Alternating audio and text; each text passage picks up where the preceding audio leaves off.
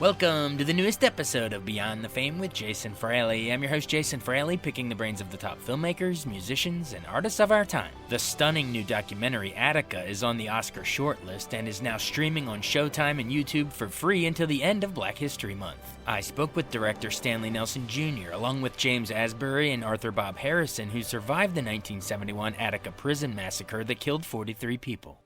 Hi, I'm Stanley Nelson. I'm the producer-director of Attica. I'm James Asbury, and I was one of the ones that was victimized in the riot. My name is Bob Harrison. I was one of the ones that was victimized also in the Attica riot. Yes. Mm-hmm. Yes, and of course, we're all talking about the true story behind in 1971 the Attica correctional facility. The prison riot that happened, and then the horrific backlash that happened in retaking the prison, and so many people were killed. We'll get into all of that. But Stanley, let's start with you. You've done a ton of great documentaries over the years. Emmett Till, Jonestown, Miles Davis, Michael Vick. We've seen them all and loved them all. You're one of the greats, sir. But why were you drawn to doing Attica? I assume you remember it happening, but why'd you want to make that your newest film? Well, I was 19 or 20 years old when Attica happened in 1971, and so I was around and remember it. And I felt that the story had never been told. I felt that we never knew why the prisoners rebelled. We never knew why law enforcement came in with guns blazing and killed so many people. I thought that the prisoners' story, the former prisoners now story, had never really been told.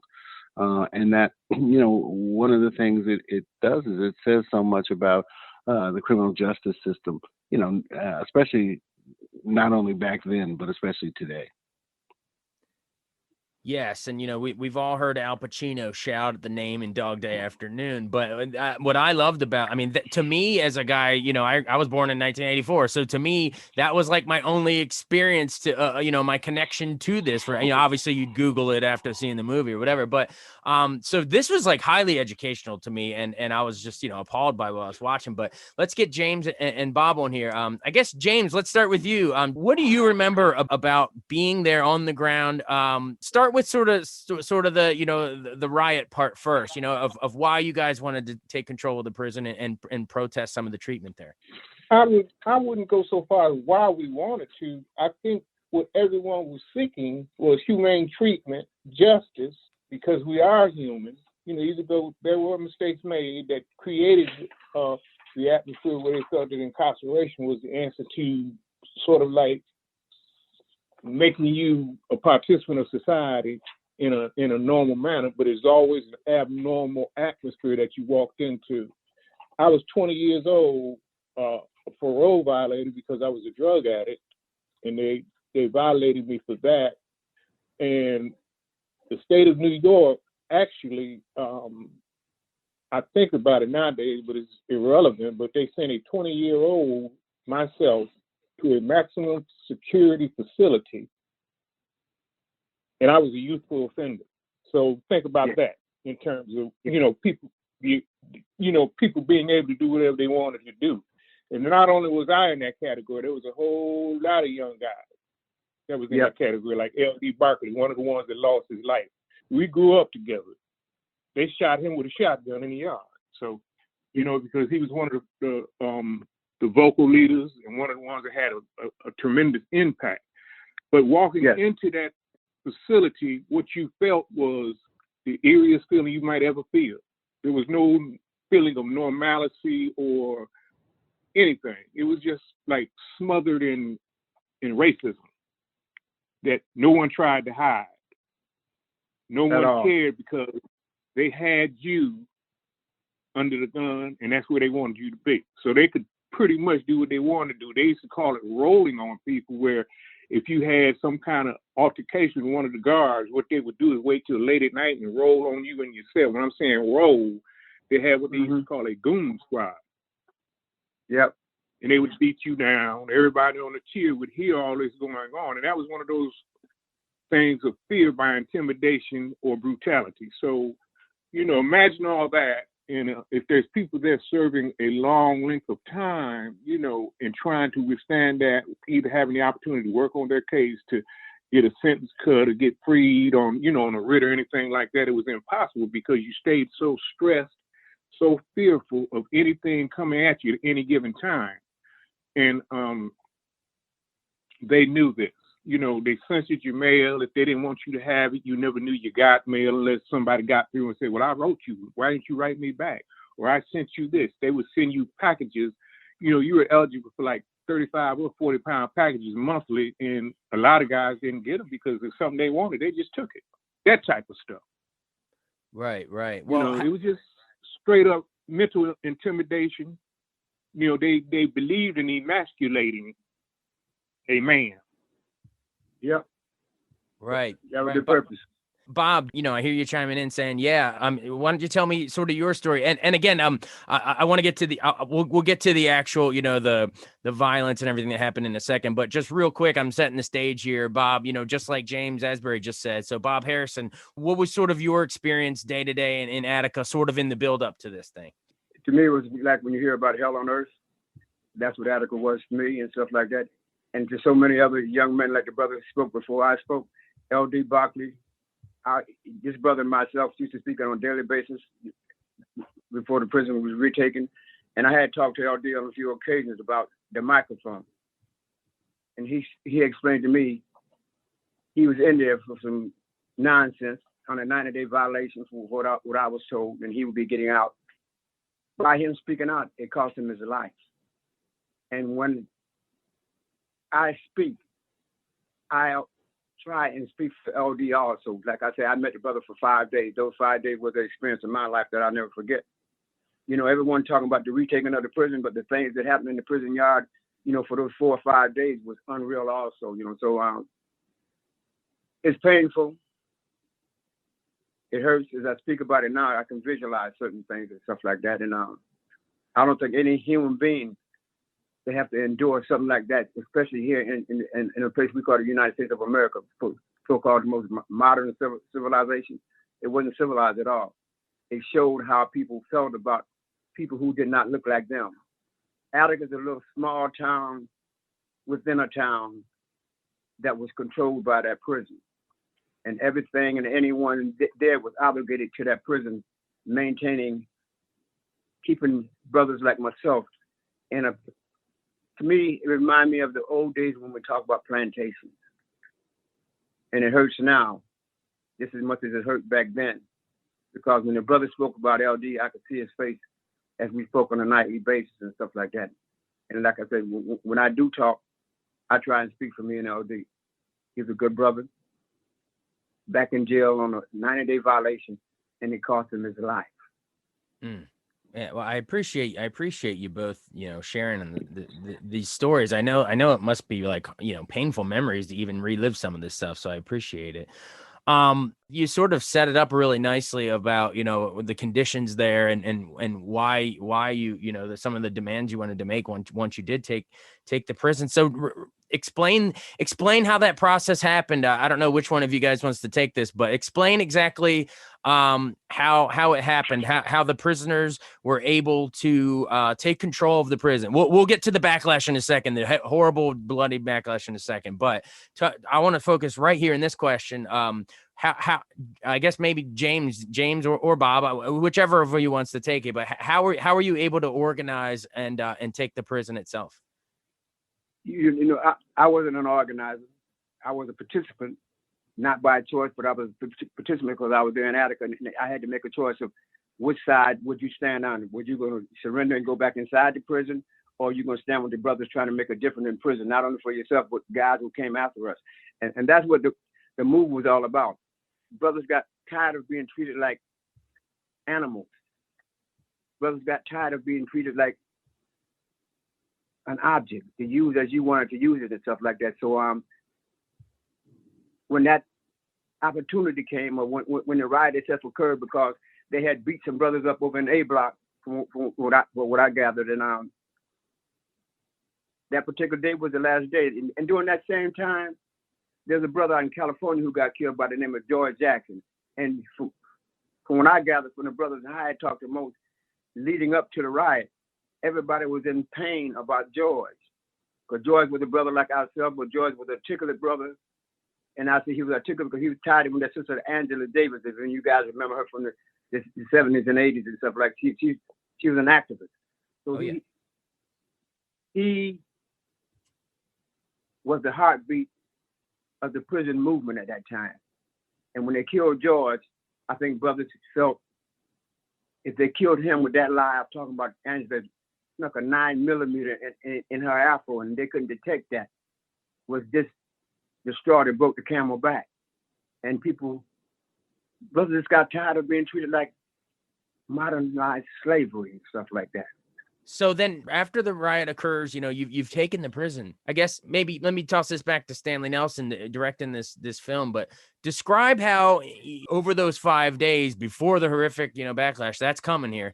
But in that 5 days, talk about how you sort of painted in the film, sort of like it's almost like this community that takes place where, on the one hand, there's, digging trenches and, it's starting to stink with conditions and, you're trying to find food and just living quarters and that kind of thing. But at the same time, it's like this village of ideas that's almost happening and people on megaphones and making demands and the media starting to pick up on it. Like, talk about how you painted those 5 days as like almost like this new community happening. Yeah, I mean, I think there was kind of a uniting of prisoners. The prisoners in Attica were purposely set against each other, by race, black, white, and largely, Puerto Rican, and that was something that was done on purpose. And once out there in the yard after the prison was taken, the prisoners realized that they had to be united and organized themselves and elected leaders, and made lists of demands and were really organized. And it's an incredible. It's an incredible thing to see. I think that a couple of things that have to be said, and you have to understand. Well, one is that the prisoners seized about 40 guards and civilian workers in the prison, and so that's why the prison they didn't storm the prison right away. They had to negotiate with the prisoners because they had hostages. And that's really important. The other thing that's important is that the prisoners invited the media in and invited cameras in because they thought in many ways that it would be some kind of protection if the whole thing was filmed and the world could see it. And that's what allowed us to make a film. And allowed us to make a film as powerful as it is, because the rebellion at Attica was documented day by day. And the roller coaster ride, you asked about the feeling in the yard there, but it was a roller coaster ride, one of exuberance at first and then doubt, and then, fear set in because there was a realization that the worst might happen and that law enforcement might come in and just, with guns blazing and killing people. Absolutely. And talk about sort of we're in this, very fragile period here where maybe your hope, you folks in the prison are hopeful maybe some changes will happen. But talk about how, and you show this footage, Stanley, in the documentary, but talk about how sort of government officials were reacting to this. You show a lot of Governor Rockefeller, trying to on the phone with President Nixon, should I go up there or not? And ultimately deciding not to. Talk about sort of how you wanted to paint the context of the government officials and how that was playing out behind the scenes on these phone calls. Yeah, I mean, I think one of the most incredible things about Attica, for me as a filmmaker, is that it existed on so many different levels.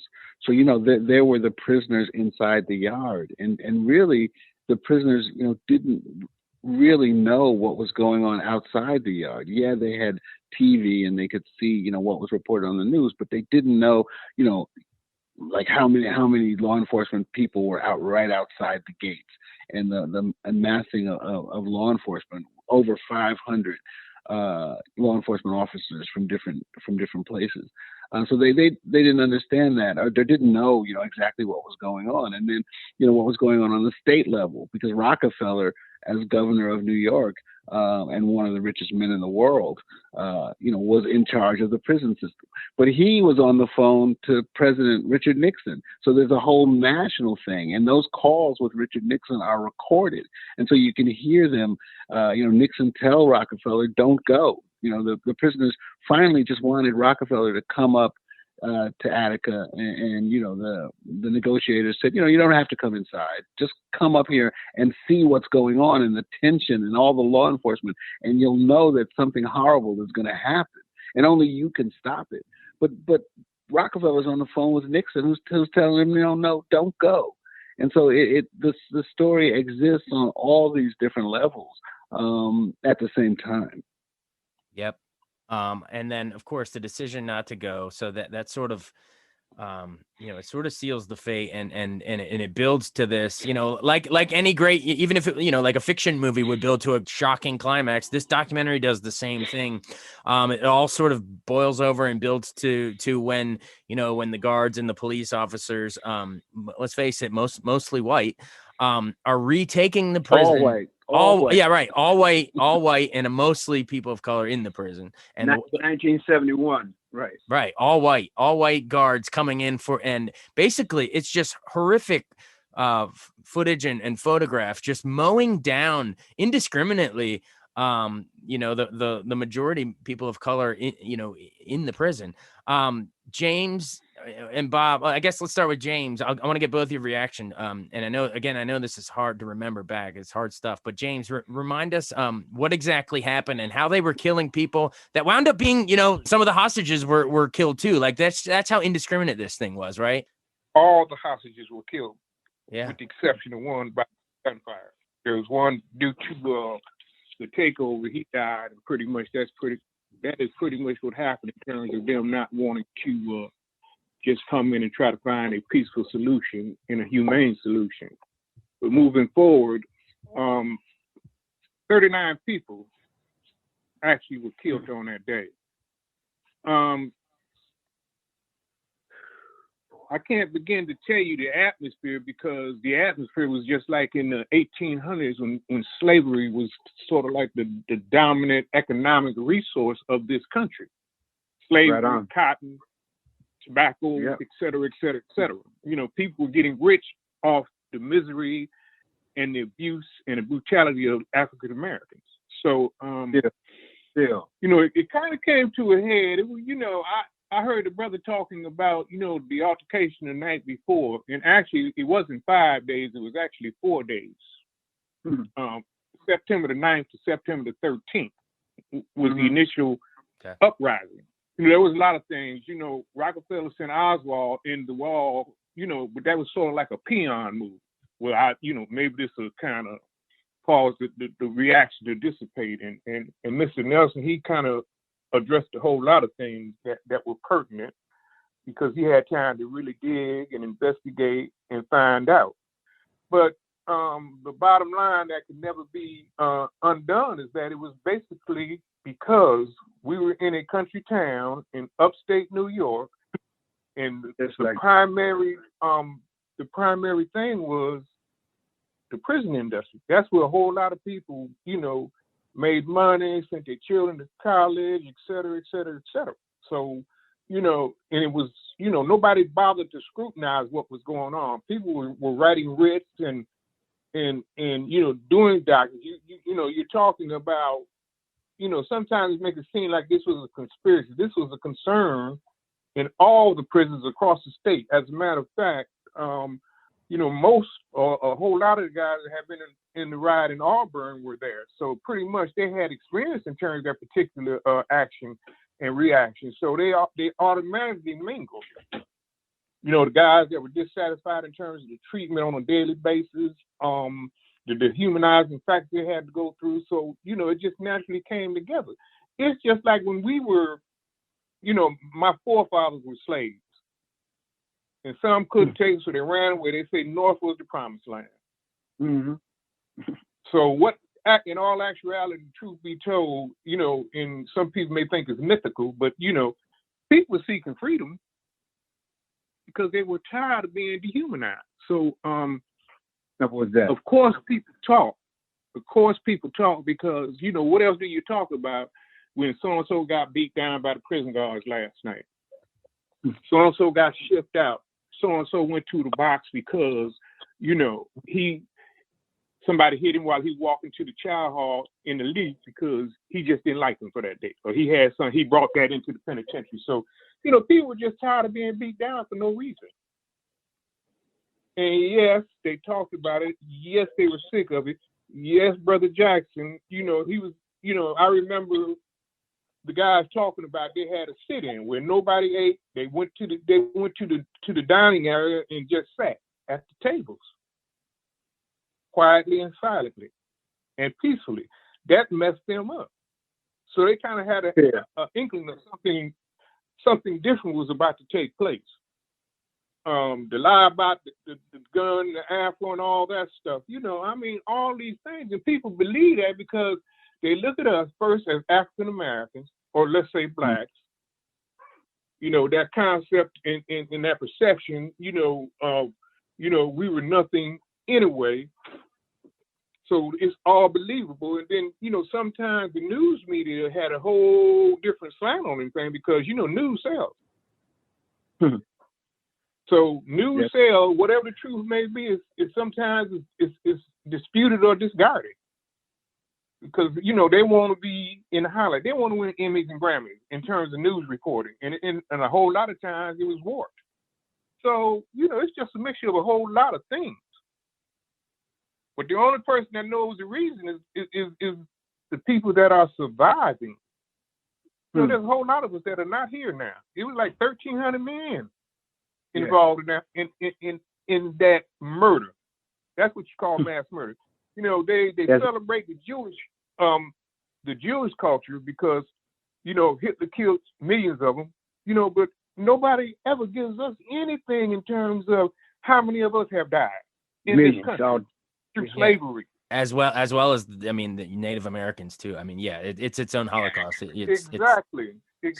So you know all of these factors, but people tend to want to just disregard that information. Half the Indian population suffer from the disease of alcoholism because that's all they got. That's how they trick the Indian nation, giving them alcohol, selling them a bill of goods. So you know, I'm saying it's just the perpetration of all these horrific, racial crimes, that's what I want to call them. Racial crimes has been overlooked or just totally disregarded. Could I just say something before we end? Because I highly recommend this film. You hear how passionate Bob and James are, and they're incredible in the film, and so are so many other people in the film. And the footage has got to be, and the pictures have got to be seen to be believed. It's just unbelievable. They actually were filming when they went in to take it over with guns blazing and killing people. It's on film, and the aftermath on film, and how the prisoners were tortured afterwards and made to crawl through the latrines and crawl through crap and mud and beaten and tortured. It's all on film. I think you should contend to win that Oscar. I think it's as powerful as any documentary I've seen this year. I mean, Summer of Soul, a bunch of them were great, but man, in terms of, I'd put this right up with Ava DuVernay's 13th and your film Attica in terms of understanding the prison system and criminal justice system in America. But where can we watch it? It's on Showtime and Showtime on demand. They're also making the film available for free on YouTube. So they're going to make it available to anybody that wants to see it on YouTube. That's kind of their gift to people for Martin Luther King Day. And so please, if you don't have Showtime, take a look at it on YouTube. If you have Showtime, watch it on Showtime on demand. It's on there. It's in the rotation, or you can pull it up on demand. We're doing a bunch of screenings still around the country. I think we have a screening in New York and in Brooklyn this weekend, but we're doing some other screenings. And we're shortlisted. We're one of the 15 films that are still in the running for the Academy Award. Hopefully we'll get nominated, and we can call James and Bob into service again to do some screenings and be together.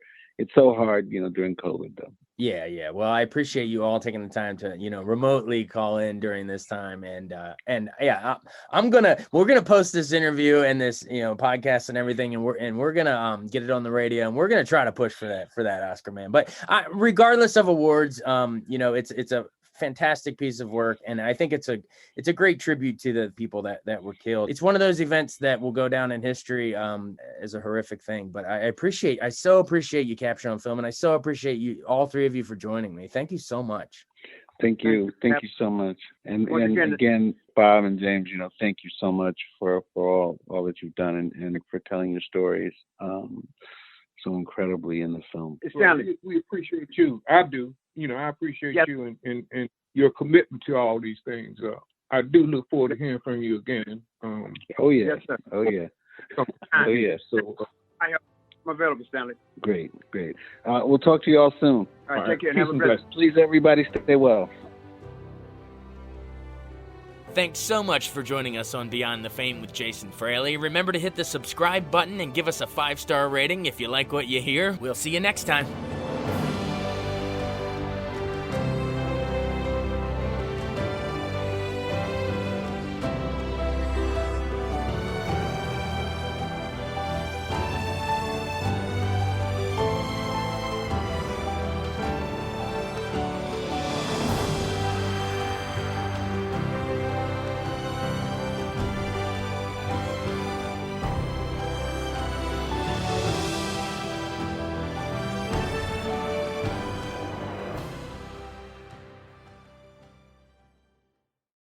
I wanted to take a second to tell you about an app I really enjoy. Living in the DC area is great, and Podcast DC gathers all of the local shows that I like all in one local app. Health, sports, local news, politics, and so much more. Podcast DC is the new local app with hundreds of DC area podcasts to choose from. I can earn exciting rewards just for listening and share the podcasts I love instantly. Available in the App Store or in Google Play, listen local with Podcast DC.